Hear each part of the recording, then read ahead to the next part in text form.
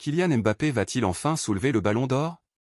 Cette question, tout le football français se la pose depuis des années. Depuis ses débuts fracassants à Monaco à seulement 17 ans, on le désigne comme le futur roi du football mondial, un statut qu'on lui colle presque dès l'adolescence. Mais année après année, la récompense suprême lui échappe. En 2026, pourtant, quelque chose a changé. Et si c'était enfin le bon moment? Avant d'aller plus loin, si le football et les grandes histoires du sport te passionnent, abonne-toi à la chaîne et active la cloche. On décrypte chaque semaine les coulisses des plus grandes carrières et des débats qui enflamment la planète foot. Et si tu as un avis sur cette course au ballon d'or, garde-le pour la fin, je te demanderai ton pronostic. Revenons d'abord sur la saison qu'a vécue Mbappé avec le Real Madrid. Ce n'est pas un secret, l'exercice 2025 à 2026 a été compliqué pour le club merengue. Pendant une grande partie de la saison, Mbappé a littéralement porté un Real Madrid en difficulté sur ses épaules, avant de se blesser au genou et de peiner à retrouver son meilleur niveau physique. Résultat, le Real termine la saison sans le moindre trophée majeur, une désillusion pour un club habitué à tout rafler. Et dans l'histoire du Ballon d'Or, l'absence de titre collectif a toujours pesé lourd dans la balance des votants. Pourtant, individuellement, Mbappé reste une machine à statistiques. Sur l'ensemble de la saison 2025 à 2026, toutes compétitions confondues, il termine avec un total impressionnant de 55 buts et 12 passes décisives. Un rendement de très haut niveau, digne des plus grands attaquants de l'histoire récente. Mais dans cette course au Ballon d'Or, les chiffres bruts ne suffisent jamais. Il faut des titres, des matchs décisifs, des moments qui marquent les esprits. Et c'est justement là que la Coupe du Monde 2026 a tout changé. Quand le tournoi organisé conjointement par les États-Unis, le Canada et le Mexique a débuté, les observateurs pensaient Mbappé légèrement distancé dans la course au Ballon d'Or, freiné par une saison de club sans titre. Ses côtes s'étaient d'ailleurs allongées après l'élimination du Real Madrid sans trophée. Mais le mondial a rebattu toutes les cartes. Mbappé a répondu présent avec une régularité impressionnante, des buts décisifs contre la Suède, une passe décisive et un but contre l'Irak, puis un pénalty crucial face au Paraguay pour envoyer la France en quart de finale. Face au Maroc, les Bleus se sont ensuite qualifiés pour les demi-finales. À l'heure où j'enregistre ce script, Mbappé compte déjà 8 buts dans ce mondial.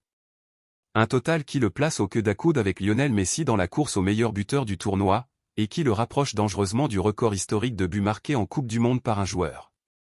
Il est même désormais à égalité, ou tout proche, du nombre de buts inscrits par Messi sur l'ensemble de sa carrière en phase finale de mondial. Autant dire que chaque match que joue encore la France ajoute une pierre supplémentaire à l'édifice de sa candidature. D'ailleurs, ce soir même, 14 juillet 2026, la France affronte l'Espagne en demi-finale à Dallas. Un remake de la demi-finale de Ligue des Nations, où les Espagnols avaient dominé les Bleus. Un choc immense, à la fois pour les rêves de titre mondial de l'équipe de France, et pour les espoirs individuels de Mbappé. Une victoire ce soir, suivie d'un sacre en finale le 19 juillet, changerait complètement la donne pour le Ballon d'Or.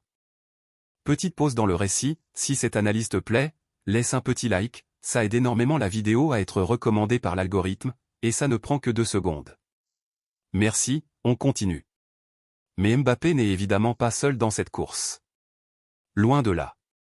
Le Ballon d'Or 2026, qui sera remis lors d'une cérémonie à Londres le 26 octobre, s'annonce comme l'un des plus disputés depuis des années. Commençons par le tenant du titre, Ousmane Dembélé. Le Français, sacré Ballon d'Or 2025, a connu une saison exceptionnelle avec le Paris Saint-Germain. Il a été l'un des artisans majeurs du doublé continental du PSG en Ligue des Champions, aidant le club parisien à devenir seulement le deuxième de l'histoire moderne à conserver le trophée. Longtemps discret pendant la phase de groupe du mondial, Dembélé a explosé lors du match contre la Norvège avec un triplé retentissant, relançant totalement sa candidature à un doublé historique, ce qui n'était plus arrivé depuis Lionel Messi en 2021. Ensuite, il y a Harry Kane. Sur la pure logique du rendement en club, l'attaquant anglais du Bayern Munich a réalisé une saison hors norme. Il a inscrit 61 buts en 51 matchs toutes compétitions confondues, remportant un triplé national avec la Bundesliga, la Coupe d'Allemagne et un 3e titre consécutif de meilleur buteur du championnat. Ce total en fait tout simplement le meilleur ratio but-match européen depuis les années de domination de Messi et Cristiano Ronaldo. Sa désillusion en Ligue des Champions, sortie par le PSG en demi-finale, est largement compensée par son parcours exceptionnel avec l'Angleterre, qui l'a mené jusqu'aux demi-finales du mondial. Impossible également d'ignorer Lionel Messi. À 39 ans, l'octuple Ballon d'Or continue de repousser les limites. Il a inscrit 8 buts en 6 matchs lors de ce mondial, propulsant l'Argentine championne en titre vers une nouvelle demi-finale. Si l'Albiceleste remporte un second sacre mondial consécutif, difficile d'imaginer un autre nom que le sien inscrit sur le trophée, un 9e Ballon d'Or qui entrerait définitivement dans la légende. Il faut aussi citer Lamine Yamal, la pépite espagnole du Barça, auteur d'une saison de club stratosphérique avec 42 buts et passes décisives en 45 matchs, Michael Olise, étincelant au Bayern avec des statistiques monstrueuses, Erling Haaland, décisif avec Manchester City et surtout avec la Norvège, qualifié pour la première fois depuis 1998, et enfin Vitinha, le métronome portugais du PSG. Un point technique important à comprendre pour la suite, depuis 2022, le Ballon d'Or ne récompense plus une année civile, mais une saison complète, de l'été au printemps suivant. Officiellement, la Coupe du Monde 2026 se termine juste avant la clôture de la période de vote, ce qui veut dire que les performances de chaque joueur pendant ce mondial vont peser extrêmement lourd dans la décision finale, en plus, bien sûr, de leur saison en club. C'est là toute la force, mais aussi toute la limite, de la candidature de Mbappé. S'il continue sur cette lancée, s'il porte la France jusqu'en finale, voire jusqu'au sacre, sa performance individuelle au mondial pourrait littéralement effacer le souvenir d'une saison de club sans titre avec le Real Madrid. C'est exactement le scénario qui avait permis à d'autres attaquants, par le passé, de rafler le Ballon d'Or malgré une saison de club en demi-teinte, simplement grâce à un été de Coupe du Monde exceptionnel. Mais il y a un obstacle de taille. Kane a été statistiquement le meilleur joueur de club d'Europe cette saison. Dembélé a remporté la Ligue des Champions avec le PSG, l'un des critères historiquement les plus valorisés par les votants du Ballon d'Or. Et Messi, à 39 ans, porte une histoire personnelle unique, celle d'un joueur qui pourrait devenir le premier de l'histoire à remporter 2 Coupes du Monde consécutives à un âge aussi avancé, tout en dominant le classement des buteurs du tournoi. Alors, concrètement, quelles sont les chances réelles de Mbappé?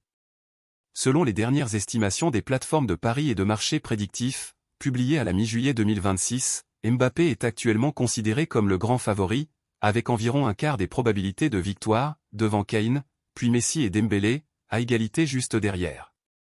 Selon les estimations de la plateforme Polymarket, ses chances de l'emporter avoisinent les 26%, contre 23% pour Kane, et 11% chacun pour Messi et Dembélé.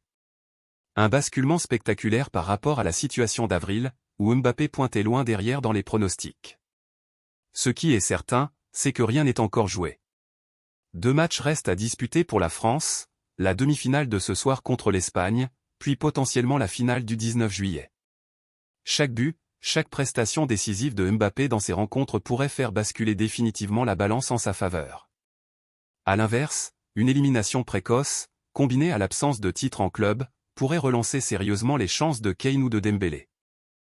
Alors, pour conclure, la réponse honnête à la question posée au début de cette vidéo est la suivante. Oui, Mbappé peut gagner le Ballon d'Or 2026, et c'est même aujourd'hui, le scénario le plus probable selon les principaux indicateurs. Mais rien n'est encore acquis. Tout se jouera dans les toutes prochaines semaines, sur le terrain, dans la chaleur de Dallas puis peut-être dans la finale la plus attendue du siècle. Et toi, qu'en penses-tu? Est-ce que Mbappé mérite déjà ce Ballon d'Or après cette Coupe du Monde exceptionnelle, ou penses-tu que la saison de club, sans le moindre trophée avec le Real Madrid, doit définitivement l'écarter de la course? Dis-moi ton pronostic en commentaire, je lis absolument tout, et je répondrai aux avis les plus argumentés.